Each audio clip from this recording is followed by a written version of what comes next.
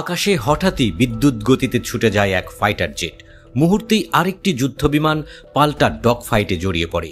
মাঝ আকাশে যেন এক ভয়ঙ্কর খেলা। শত্রুর চোখ ফাঁকি দিয়ে স্টেলথ মোডে প্রবেশ করছে মার্কিন F-35। অন্যদিকে রাশিয়ার Su-57 তার গতি আর ক্ষমতার ঝলক দেখাচ্ছে। কিন্তু চীনের J-20 কি এই লড়াইয়ে টিকতে পারবে?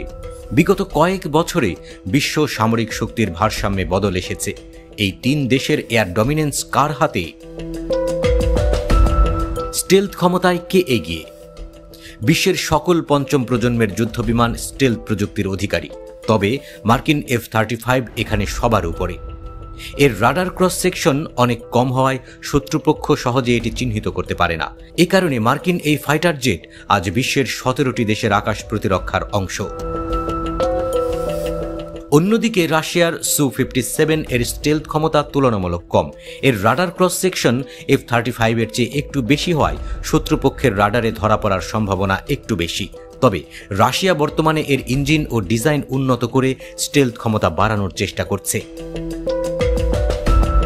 চীনের J-20 এই দৌড়ে কোথায় দাঁড়িয়ে? বিশ্লেষকদের মতে এর রাডার ক্রস সেকশন F-35 এর চেয়ে কম শক্তিশালী হলেও Su-57 এর চেয়ে উন্নত। তবে প্রযুক্তিগত দিক থেকে J-20 এখনও পশ্চিমা প্রতিদ্বন্দ্বীদের চেয়ে পিছিয়ে। গতির লড়াই, কে দ্রুততম? যুদ্ধবিমানের ক্ষেত্রে গতি ও মুভমেন্ট খুবই গুরুত্বপূর্ণ। F-35 শব্দের চেয়ে 1.6 গুণ বেশি গতিতে উঠতে পারে। Su-57 শব্দের চেয়ে 1.3 গুণ বেশি গতিতে চলতে পারে। তবে এর ম্যানুভারিং ক্ষমতা অসাধারণ। J-20 শব্দের চেয়ে 2 গুণ বেশি গতিতে চলতে পারে, কিন্তু এর থ্রাস্ট ভেক্টরিং প্রযুক্তি এখনও সীমিত। এখানে Su-57 সবচেয়ে বেশি অ্যাক্রোবেটিক, যার ফলে এটি মাঝ আকাশে দুর্দান্ত ডগ ফাইট চালাতে পারে। অন্যদিকে F-35 প্রযুক্তিগত সুবিধা দিয়ে প্রতিপক্ষকে হারায়, আর J-20 দীর্ঘ পাল্লার যুদ্ধের জন্য তৈরি হয়েছে। কার কাছে কত ভয়ঙ্কর ক্ষেপণাস্ত্র? যুদ্ধবিমানের শক্তি নির্ভর করে তার ক্ষেপণাস্ত্রের উপর।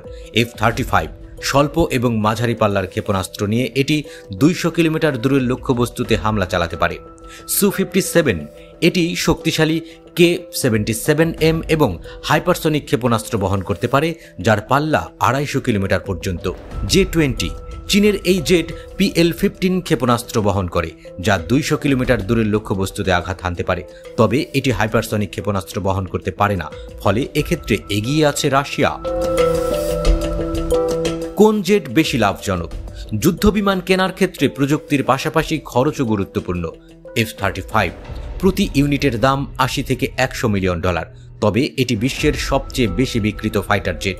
Su-57 প্রতি ইউনিটের দাম প্রায় $35 থেকে $50 মিলিয়ন, যা তুলনামূলক সস্তা এবং রাশিয়া এটি রপ্তানির জন্য উন্মুক্ত করেছে। J-20 চীনের সরকার এখনও এটি রপ্তানির জন্য খোলেনি, তবে অনুমান করা হচ্ছে এর দাম $60 থেকে $80 মিলিয়ন হতে পারে। তাহলে শেষ পর্যন্ত যুদ্ধের ময়দানে কার হাতে থাকবে আকাশের দখল?